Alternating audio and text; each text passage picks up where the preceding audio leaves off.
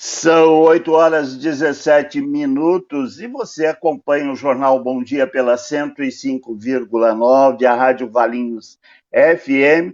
Hoje, com muito prazer, nós vamos entrevistar o professor Fernando Haddad, ele ex-ministro da Educação, foi prefeito de São Paulo, também candidato nas eleições de 2018.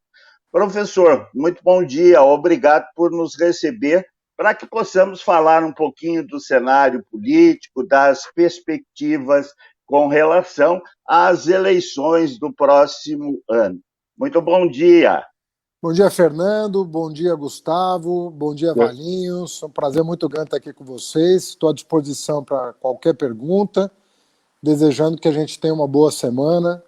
Se Deus quiser, com mais saúde, né, com menos óbitos, porque o Brasil está precisando muito, né, de encontrar um pouco de paz e um pouco de esperança. Professor, nas eleições de 2018, o senhor declarou que a grande imprensa tinha como objetivo derrotar o Partido dos Trabalhadores. O senhor ainda pensa dessa mesma forma? Olha, eu acho que as coisas se esclareceram muito, Fernando, de 2018 para cá. Porque em 2018 eu era candidato a vice na chapa do Lula.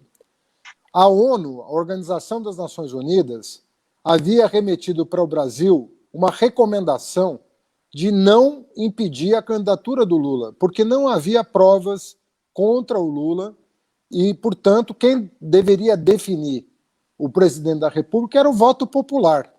Porque o Lula não havia provas no processo e havia indícios já em 2018 de que o juiz Sérgio Moro tinha se conduzido da pior maneira possível como um juiz, ou seja, tinha tomado parte no processo. Talvez até pensando numa possível trajetória política, né, já pensando naquela ocasião. E, infelizmente, as autoridades brasileiras não seguiram a recomendação da ONU e impediram o Lula de ser candidato.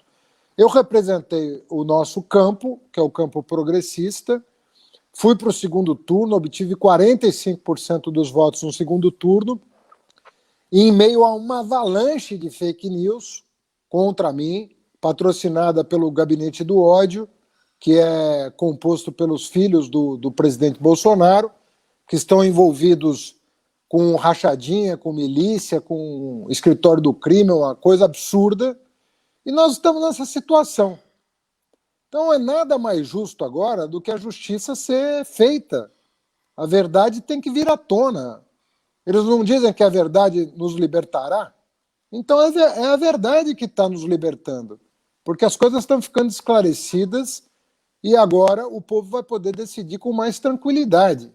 Agora, a imprensa fez a grande imprensa, não estou falando de imprensa como um todo, estou falando de meia dúzia de órgãos de imprensa, jogaram um peso muito forte nessa narrativa falsa e que se revelou agora em toda a sua inteireza. Então, não estou falando... muita gente boa faz jornalismo de qualidade no Brasil. Tem muita gente que honra o diploma de jornalista. Agora, infelizmente, eu não posso estender isso a todos os profissionais, sobretudo aqueles que fazem parte dos grandes conglomerados de imprensa, que têm seus interesses ligados sobretudo aos bancos e às autoridades americanas. Fazem um vínculo entre os Estados Unidos e os bancos brasileiros, num projeto que não atende a população. Não atende a população. O que atende a população? É desenvolvimento e geração de emprego. Essa coisa de ficar vendendo tudo para os americanos, qual é o objetivo disso? Ficar vendendo todo o patrimônio do Brasil para os Estados Unidos. Quem é que ganha com isso? Os intermediários, que são os bancos, e quem compra barato, que são os estrangeiros. O Brasil fica chupando dedo. O povo, então, sem emprego e sem perspectiva. Então nós temos que mudar essa história e começar a pensar o futuro do Brasil de novo. Um Brasil que gera emprego, oportunidade e, sobretudo, educação. porque o pobre nunca teve vez. Só agora, depois do governo Lula, que o pobre foi para a universidade e garantiu, alguns, né, pelo menos, um lugar ao sol. Porque antigamente nem isso tinham, nenhuma oportunidade. Então, Fernando, eu sou a favor de um projeto de desenvolvimento popular. Ou o desenvolvimento é para todo mundo, ou não dá, sabe? Um país para poucos não é um país. Gustavo? Eu faço um convite para os nossos ouvintes que quiserem participar, podem enviar uma mensagem para o nosso WhatsApp 996091059. Estamos ao vivo também pelo Facebook. Quero deixar meu agradecimento ao Thiago Sorato aqui de Valinhos e também a Rose Gaspar, ela que é de Jacareí, ajudaram aqui a gente nessa entrevista. Professor, novamente, bom dia, obrigado pela participação. Como o senhor vê a unidade da esquerda? É possível pensar em uma unidade do campo progressista para 2022 e quais são os caminhos para isso? Olha, eu acho que no plano federal essa possibilidade é muito real, né? Porque a partir do momento que os direitos políticos do presidente Lula estão restabelecidos, eu acho que naturalmente vai haver uma convergência de todos os partidos, eu diria mais do que a esquerda, o centro também. Acho que vários partidos mais de centro vão caminhar com Lula para derrotar o que está acontecendo no Brasil. Gustavo, esse ano já morreram mais brasileiros de Covid do que o ano passado. Nós não fechamos nem o quarto mês ainda, não fechamos o primeiro quadrimestre do ano. Um terço do ano já morreu mais gente do que o ano passado. Onde é que vai parar esse país? O desrespeito às pessoas. E aí ele fica mentindo na televisão, dizendo que ele é contra fechar tudo, mas ninguém falou nunca disso, Gustavo. O que a gente queria era ter feito um lockdown bem feito o ano passado, como fez a Coreia, a Nova Zelândia, a China, o Japão. Vários países fizeram um lockdown bem feito e curto. Quando você faz um lockdown bem feito e curto, você sai da pandemia muito mais rapidamente, porque o vírus só vive 14 dias. Ele não vive um ano. Para ele viver um ano, ele precisa ser transmitido de um corpo para outro. Você percebe? Então, quando você mente para a população, você acaba prejudicando a economia e a saúde do país. Então, eu acho que nós já temos aí a perspectiva de ter uma grande aliança para derrotar esse governo. Né? Uma aliança que eu acho que é de centro-esquerda, né? E no segundo turno, acho que muita gente que votou no Bolsonaro em 18, no segundo turno, não vai votar nele no segundo turno de 2022, se ele estiver no segundo turno. Porque ninguém pode concordar com a continuidade desse governo. Esse governo está destruindo as bases do desenvolvimento nacional. Então nós não podemos admitir isso. Então eu acho que no plano nacional, essa ampla aliança está garantida, na minha opinião. É óbvio que nós não vamos ter um candidato só no primeiro turno. Isso é quase impossível. Mas acho que nós podemos ter um acordo de quem representar a democracia no segundo turno poderá contar com o apoio dos demais. Eu acho que é um bom acordo para o Brasil.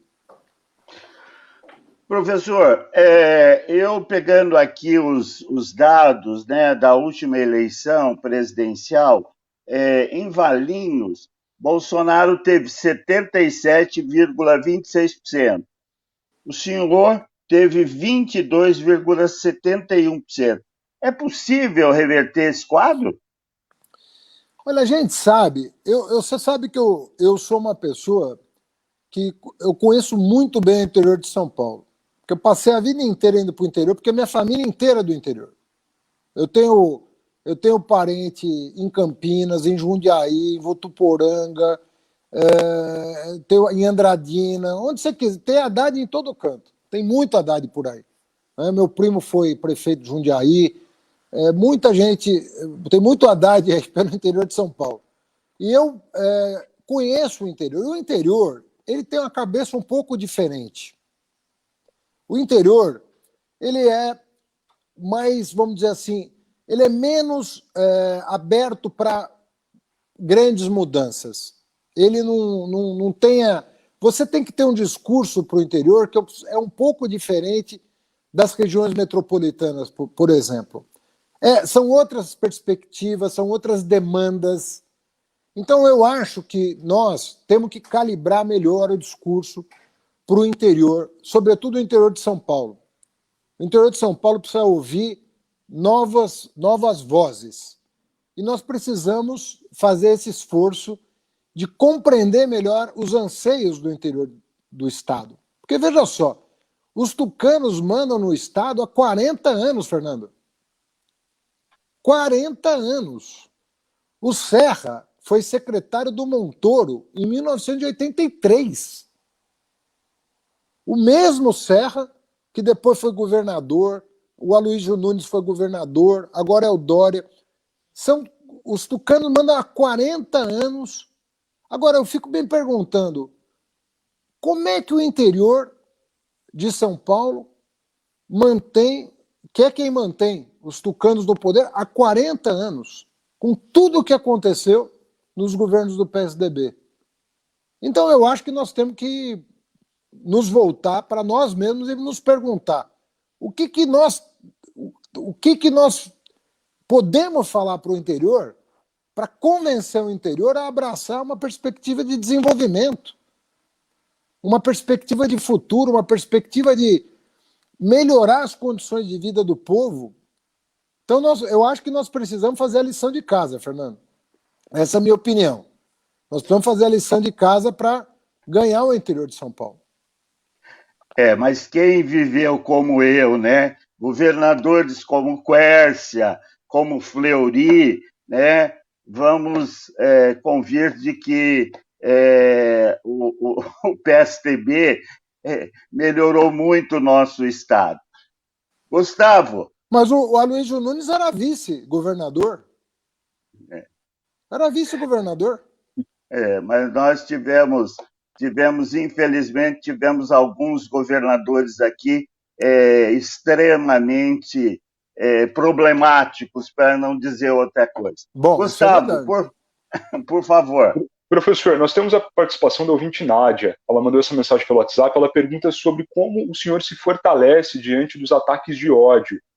Como o senhor lida com tudo isso? Olha, eu acho que quando você tem a consciência tranquila de que você procurou ajudar naquilo que você pôde. Vou dar um exemplo para você. Você sabe que eu sou professor universitário e eu tive a honra de me tornar ministro da Educação, o que é um privilégio para um professor. Imagina você, um professor chegar a ministro da Educação, é o auge, né, para um professor. Não tem nada que possa honrar mais um professor do que isso. No meu tempo, eu fui ministro 7 anos, não fui 7 dias, não. Hoje tem ministro que fica 7 dias no cargo.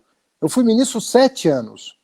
E queria dizer para você que o trabalho que nós fizemos ali para quebrar os cadeados das universidades e permitir que o povo pobre, periférico, preto, entrasse na universidade, foi uma coisa extraordinária. O ProUni, o SISU, o FIES, a interiorização das universidades.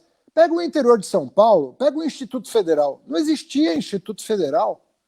Não existia Instituto Federal no interior de São Paulo. Você só tinha uma unidade em São Paulo grande e só. Hoje você tem mais de 35 cidades do interior de São Paulo que eu levei ao Instituto Federal. Você tem a Universidade Federal de São Carlos, que se espalhou pelo interior. Você tem a Universidade Federal do ABC e a Unifesp, que se espalhou pela região metropolitana de São Paulo e pela Baixada Santista. Então, veja você, eu estou falando de um trabalho de pouco tempo que eu fiquei lá no Ministério. Olha a quantidade de bolsas de estudo do ProUni, do FIES e as oportunidades de educação que nós fizemos. Então, quando alguém, porventura, me agride, eu penso nas pessoas que eu pude ajudar de alguma maneira com o apoio do movimento social. Porque sem o movimento estudantil, sem o movimento negro, nós não teríamos nada disso. Foi uma conjugação virtuosa de esforços para abrir a porta das universidades para a classe trabalhadora. Qual é o valor disso? Sinceramente, o que paga isso? Nada compensa mais do que você poder democratizar o acesso à educação no país. Então, eu sempre penso Pegue a São Paulo. São Paulo estava quebrada quando eu assumi a prefeitura de São Paulo. Eu reduzi a dívida de São Paulo em 60%. Hoje, São Paulo tem grau de investimento graças ao trabalho que eu fiz. São Paulo é uma das cidades hoje, era uma cidade que estava quebrada, era a pior cidade do país em termos de endividamento. Hoje é a cidade mais rica do país em 4 anos de trabalho. Eu transformei as finanças de São Paulo a ponto de ganhar grau de investimento de uma agência internacional. Quanto isso? Qual é o valor disso? Você acha que eu não me sinto realizado? Então, quando uma pessoa, às vezes, sai ofendendo, ela, às vezes, não pesquisou o trabalho que você fez. Eu entendo, porque é tanta desinformação, que você vai fazer o quê também? Você vai condenar a pessoa? Paciência, se a pessoa não está informada, porque ela recebeu o WhatsApp do tio, do primo, o que eu vou fazer? Eu continuo querendo ajudar o país, e eu acho que os cargos que eu honrei, tanto de ministro quanto de prefeito, me dão uma condição de defender um legado, e quando você... Infelizmente, a política brasileira entrou numa rota péssima, em que ninguém valoriza ninguém. Isso é culpa dos próprios políticos, que não se dão valor. Porque se um político se desse o valor, a política não seria uma atividade tão criticada no Brasil, porque não é assim no mundo. Uma pessoa que se dispõe a servir a sua comunidade é uma pessoa respeitada. Aqui não. No Brasil virou tudo joio. Mas, professor, isso não é fruto dos inúmeros escândalos que nós tivemos, Petrobras e etc, etc? Quer dizer, você teve isso... problema no... você pegar... É verdade isso aí, mas você não pode, Fernando, generalizar. Eu vou dar um exemplo. Aqui em São Paulo, no Brasil nós tivemos escândalos, né? O da Petrobras foi o maior escândalo. Aqui, em São Paulo, nós tivemos o Rodoanel e o metrô. Né? O Rodoanel custou 3 vezes o valor previsto. Estava previsto custar menos de 10 bilhões, custou quase 30. Você vai condenar todo mundo ou você vai condenar quem errou? Essa que é a minha pergunta. Se um pastor cometeu um crime, se um padre cometeu um crime, se um político cometeu um crime, você vai condenar a igreja toda? Você vai condenar a política toda? Você vai condenar a religião? O que eu acho que a gente entrou numa seara perigosa, que é botar todo mundo na mesma vala. Mas o senhor não acredita que, infelizmente, a justiça fica só para os poderosos, quer dizer, grandes escritórios de advocacia, porque o pobre está na cadeia, infelizmente. Não, mas vamos combinar, Fernando, que a legislação que a gente aprovou no governo Lula e Dilma deu uma condição para a justiça. A Lava Jato prendeu mais de 100 grandes empresários do país. No governo Lula teve 1.200 operações. A gente fala muito da Lava Jato, mas a Lava Jato é uma das 1.200 operações que nós patrocinamos nos nossos governos. Porque a Lava Jato também é do nosso governo. Agora, você não pode, em nome do combate à corrupção, deixar um juiz fazer carreira política, pô. Aí não dá. Uma coisa não tem nada a ver com a outra. Por que nós fizemos 1.200 operações? Nós prendemos centenas de empresários corruptos e centenas de políticos corruptos nesse período. E ninguém está mandando soltar. Ninguém está pedindo para soltar. A gente está pedindo para prender o bandido e soltar o inocente. Tem nada a ver com desmontar o combate à corrupção. Então, eu acho que o que a gente deveria fazer é separar o joio do trigo. É um ditado antiguíssimo. Separar o joio do trigo. Por que o ditado manda separar o joio do trigo? Porque senão vai virar tudo joio. Se você não tirar a laranja podre do cesto, você vai contaminar todas as laranjas. Agora, para que você condenar toda a classe política? Será que não é melhor você falar, bom, quem fez um bom trabalho, quem foi sério, quem foi decente, quem serviu ao povo, esse eu vou prestigiar. E quem não serviu, você joga fora, pô. põe na cadeia, não vota. Agora, não tem cabimento jogar tudo no cesto. Isso que eu acho errado, entendeu? E não estou falando do PT, não. Eu estou falando de todos os partidos. Mas é claro, todos os partidos, aqueles que fizerem coisas erradas, precisam ser condenados e execrados. Você lembra que em 2018, quando o Ministério Público atacou o Alckmin, quem saiu em defesa dele fui eu. Nem os tucanos saíram em defesa dele. Mas como eu conhecia, eu falei, espera aí, pô, vocês estão falando de uma pessoa séria. Não é assim, e xingando a pessoa. Qual é a evidência que tem contra ele? Porque eu conheço. Então veja você, a questão de honestidade e desonestidade não tem a ver com partido. São pessoas que se desviam ou não. E se você reconhece honradez num adversário político, você tem que vir a público defender. Qual é o problema de você defender a honra de uma pessoa de quem você discorda? Não tem problema nenhum, porque você discorda no campo das ideias. Claro. Você não discorda do ponto de vista da honra de uma pessoa, da ética de uma pessoa. Uma pessoa pode ser de direita e honrada, pode ser de esquerda e honrada, pode ser de direita e ser um ladrão, e pode ser de esquerda e ser um ladrão. O que tem a ver com ideologia? Claro. Honestidade, você sabe, Fernando, honestidade, não existe meia honestidade. Ou você é honesto ou você não é. Isso não tem nada a ver com ideologia. Você pode ser mais a favor do mercado, mais a favor do Estado, mais a favor da social-democracia, mais a favor do que você quiser e ser honesto. Qual é o problema? Professor, então, mudando um pouquinho só por conta do nosso tempo, o Bolsonaro tem recebido diversos pedidos de impeachment, mas nenhum vai para frente. O senhor acredita que isso é um indicativo que ele chega forte, ou chega até com uma certa vantagem para 2022, já que esses pedidos não vão para frente? Como o senhor observa tudo isso? Ele fez um grande acordo lá com o Centrão, foi um acordo que já rendeu aí alguns bilhões de emendas parlamentares para a base de sustentação do Bolsonaro, tirando dinheiro, vejam só, da saúde e da educação. Eu nunca vi um negócio desse na minha vida. Ele tirou dinheiro da saúde e educação para botar em emenda parlamentar da turma do Centrão. E com isso ele se blindou. Ele se blindou. Então, os pedidos, são mais de 100 pedidos de impeachment por crime de responsabilidade. Quais são os crimes de responsabilidade? Para ficar claro aqui. Um presidente não pode ser contra a máscara. Um presidente não pode ser a favor de cloroquina para combater Covid. Um presidente não pode deixar de comprar vacina. Isso é crime de omissão. Ele está omitindo socorro à população. Um presidente não pode cortar o auxílio emergencial em meio a uma pandemia. Ou seja, o presidente não pode ir num ato para fechar Congresso e Supremo Tribunal Federal. O presidente não pode fazer isso, é crime previsto em lei. Então tem 100 pedidos de impeachment lá. Não anda. Faz um ano que a gente está pedindo.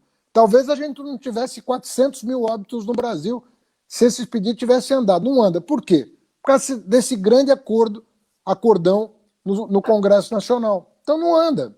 Agora, chegar forte, eu acredito que ele tem base, porque, infelizmente, parte do eleitorado brasileiro é autoritária, e o Bolsonaro dialoga com o autoritarismo, com o fundamentalismo. Eu acho que isso não é bom para a democracia, não é bom para o convívio social, mas tem gente que acha que liberando arma é bom, vendendo cloroquina é bom. Tem gente que acha isso e vai votar no Bolsonaro.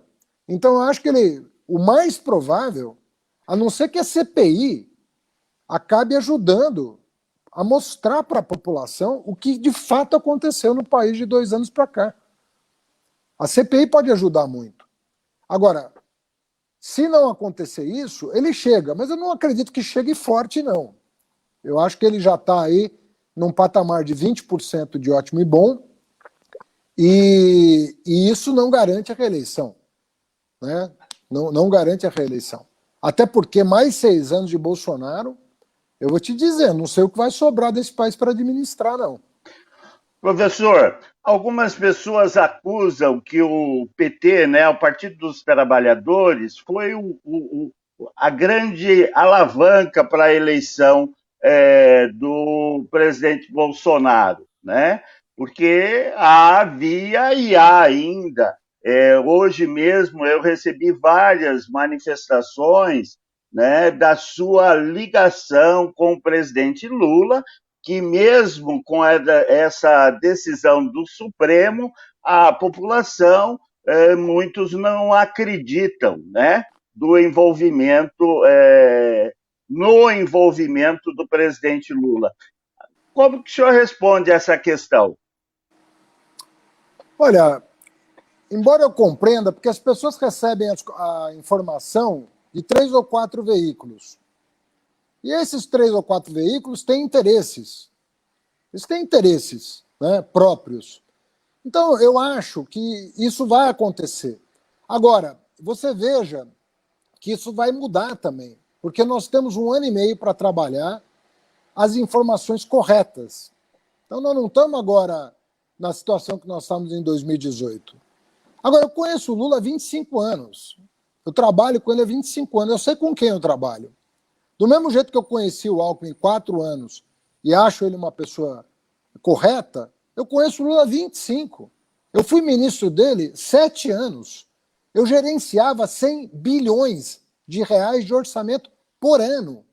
Aqui em São Paulo, eu gerenciava 50 bilhões de reais de orçamento por ano. E eu sei bem o que é zelar pelo recurso público. E eu nunca testemunhei absolutamente nada. Muito pelo contrário, que desabonasse o presidente Lula. E no exterior, o prestígio dele continua intacto, justamente porque as pessoas do exterior não ficam assistindo a TV brasileira. Assistem a informação correta de juristas, especialistas.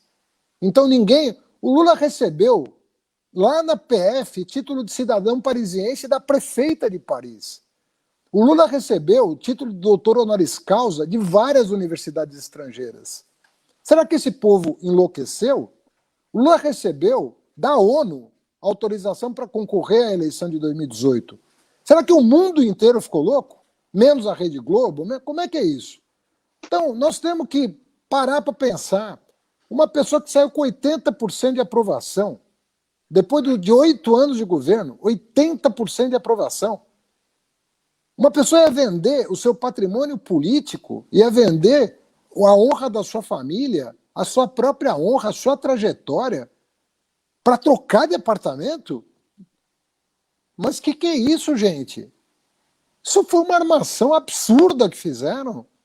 Vamos botar a mão na consciência. O homem vai vender 50 anos de dedicação ao país, projetou o país era a 6ª economia, ele ia vender isso tudo para trocar do apartamento de baixo para o apartamento de cima?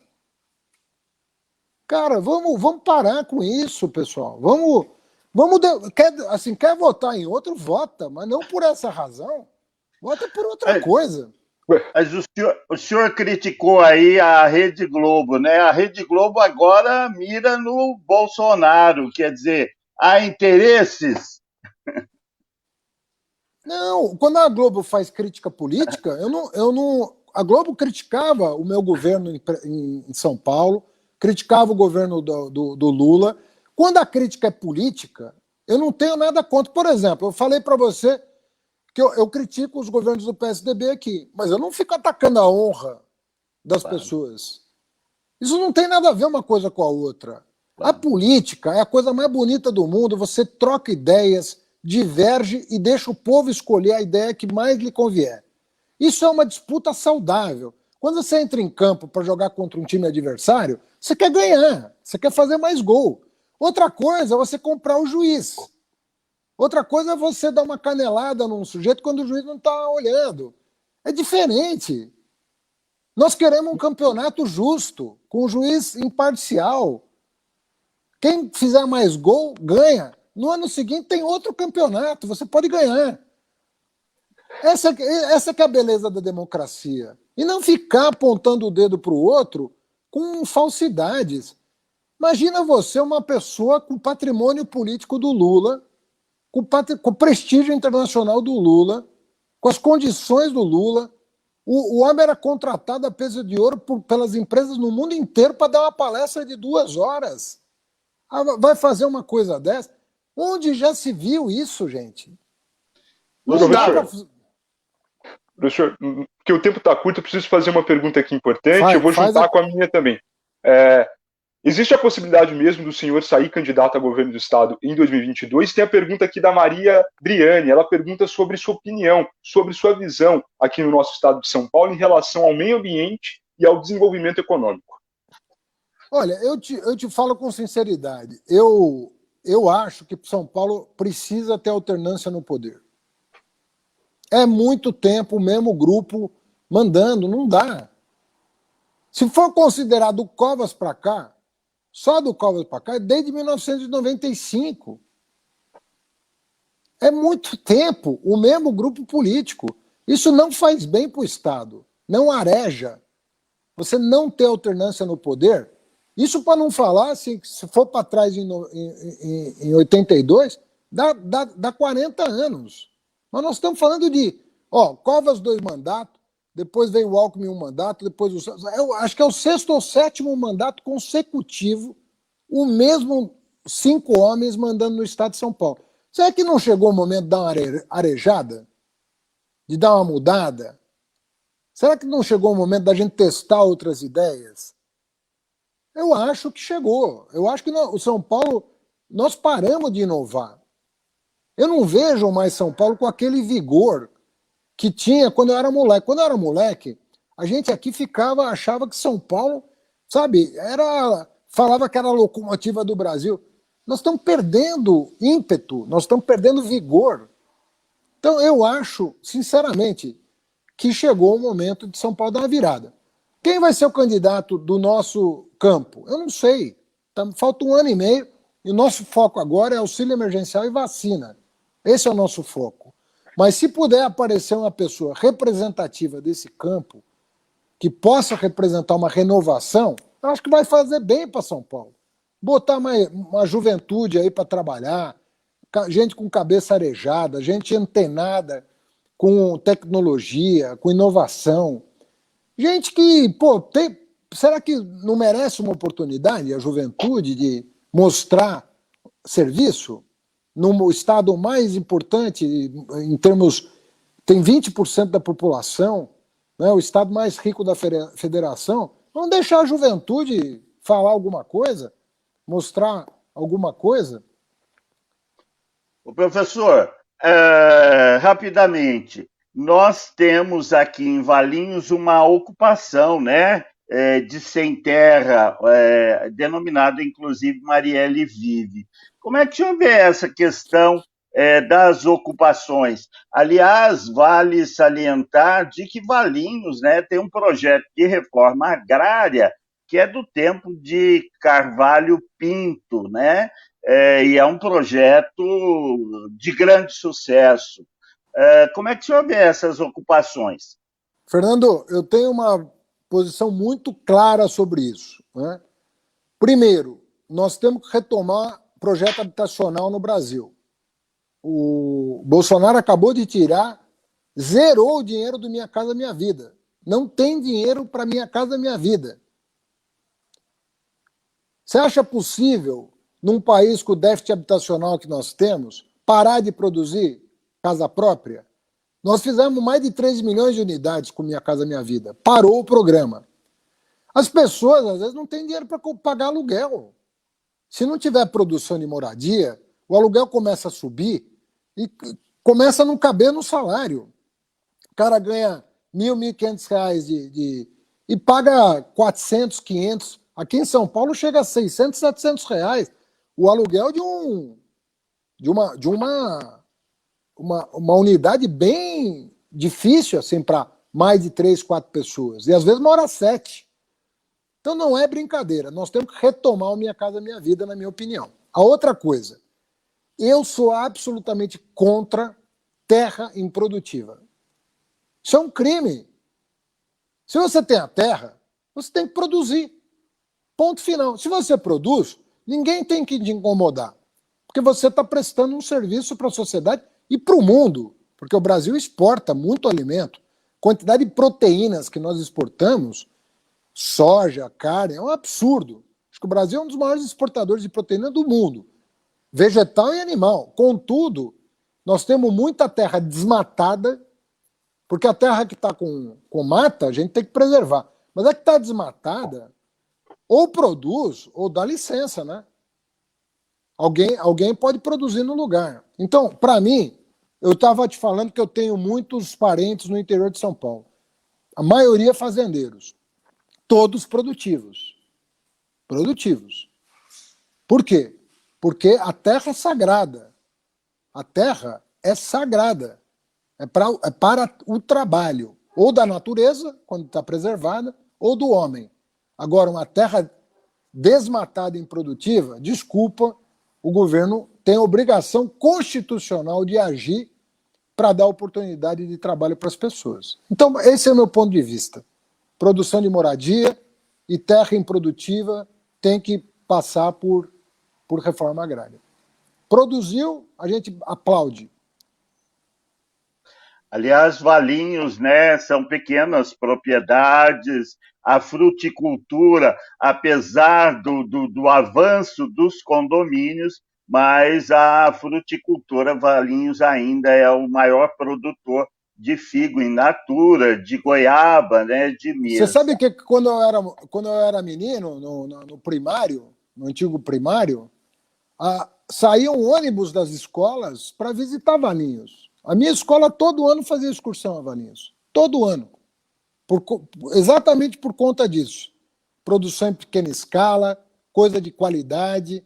A gente ia conhecer a produção pegando um ônibus aqui pegava uma excursão, que a gente chamava, da escola. Fazia uma excursão para Valinhos. Às vezes passava o dia, às vezes dormia um dia e conhecia. Mas Valinhos era destino aqui das escolas de São Paulo, em excursão.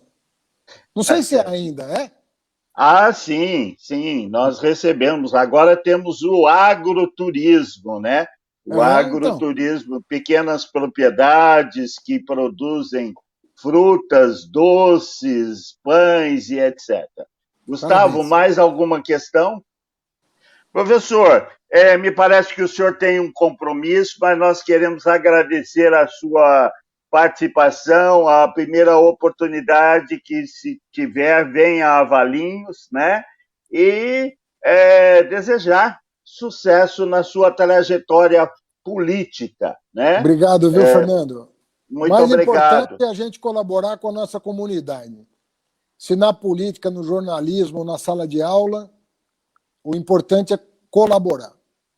Tá certo. E precisamos acabar com essa política do ódio, né? Quer dizer, infelizmente, nós estamos vivendo um período de que as pessoas não debatem mais, não discutem mais, passam a ser inimigas, né? E isso é inconcebível. Eu Professor, acho que a gente tem que muito discutir obrigado. Política de alto nível, ideias, isso que importa, ideias. Tá certo. Muito obrigado, um bom dia. Bom dia, tudo de bom. Tchau, tchau.